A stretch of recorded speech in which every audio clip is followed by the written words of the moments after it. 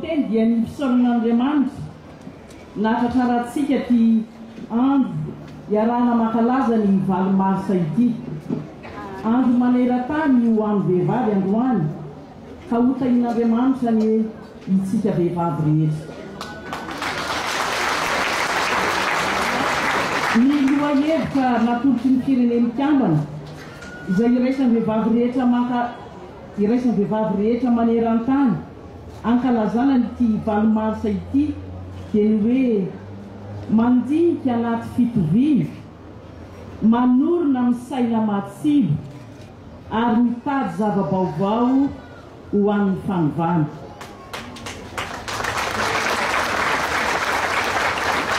Ny loha-hevitra io dia manosika antsika hitady fomba vaovao mahomby kokoa, anapariana ny miraleta sy ananan'ny vehivavy fahalevantena amin'ny sehatra maro, indrindra ara-tsosialy sy ara-ekônomika. Ilo hevitra io dia mitaky fomba fijery sy fisainana vaovao ary mandrisika ny vehivavy anana saina amorona ho an'ny fanovana, hitondra vahaolana ho an'ireo fanamby atrehan'ny vehivavy amin'ny fampandrosoana ny miralenta eo anivon'ny fiarahamonina sy ny firenena. Be ny tombontsoa entin'ny teknôlôjia moderna ahafahan'ny vehivavy mandray andraikitra feno amin'ny fampandrosoana amin'ny lafiny rehetra dia adidy sy andraikitry ny rehetra no manome anjara ny vehivavy sehatra ahafahany mampiasa sy mifehy tsara ny teknôlôjia. Ny tanjona dia ny ahafahan'ny vehivavy mamorona sy mitondra vahaolana vaovao ho an'ny lahara-pahamehana ho an'ny vehivavy. Ny vehivavy tokoa mantsy no any mahafantatra tsara amin'ny antsipirihana ny olana sedrain'ny vehivavy toa azy. Ny vehivavy dia taratra ny fahatsarana, ny filaminana, ny fahaiza-mitantana ary ny fandraisana andraikitra. Alaohery ary irireny, rahavavy, zanaka, zandry, fa adidy lehibe sy masina no miandry atsika. Raha ny atokanisa tokoa mantsy no jereny dia ny vehivavy no maranisa eran-tany. Noho izany ny fandraisana anjara feno sy mavitsy ny vehivavy no afaka mifampandrosoana mirindra sy maharitra. Ry vehivavy malagasy rehetra, ny fanatsarana ny fampidiram-bola ny vehivavy dia zava-dehibe amin'ny fampandraisana an-tanana ny fiainana ny ankonana. Amin'ny maha-vehivavy be ny tanàna ny tena dia nataoko lahara-pahamehana ny fanampiana ny vehivavy amin'ny fampiofanana ho fanatsarana ny fidiram-bolan'izy ireo. Ohatra efa nataontsika zao dia ny fiompiana koa sy ny fanodinana akora samihafa ho azo ampiasaina indray.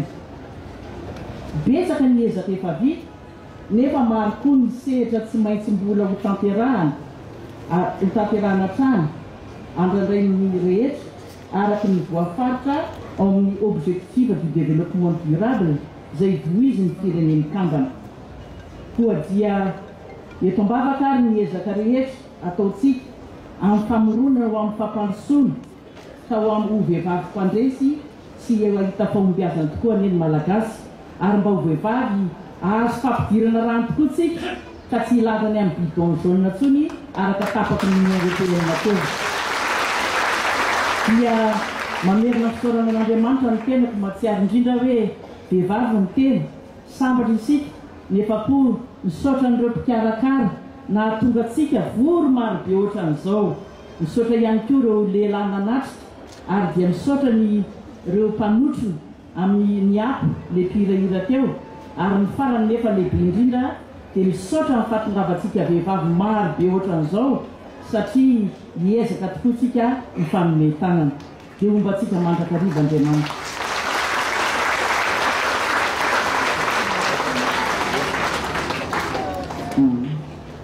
Honorables invités, mesdames et messieurs, bonjour. Tout d'abord, je remercie le bon Dieu de nous avoir permis de nous retrouver ensemble aujourd'hui pour célébrer cette journée internationale des femmes. Je tiens à féliciter toutes les femmes sans exception qui vivent en milieu rural ou urbain pour cette journée du mars 2019. Pourquoi une journée dédiée aux femmes? Parce qu'il y a encore beaucoup de femmes qui subissent des violences, qui ne peuvent pas s'exprimer, qui sont dans la pauvreté pour diverses raisons. Permettez-moi de féliciter particulièrement les femmes qui se battent seules pour subvenir aux besoins de leur famille. Vous êtes la fierté de vos enfants. Je vous souhaite bon courage et longue vie. Que le bon Dieu vous bénisse. Mesdames et messieurs, le thème des Nations Unies pour la Journée internationale des femmes cette année est « Penser équitablement, bâtir intelligemment et innover pour le changement ». La thématique propose de réfléchir aux moyens innovants pour bâtir des services et infrastructures adaptés aux besoins des femmes et des filles. La technologie et l'innovation offrent des possibilités sans précédent. Il est urgent et important de réduire la fracture numérique entre les sexes. À cet égard, nous lançons un appel à nos partenaires pour renforcer les maisons digitales installées au sein des arrondissements.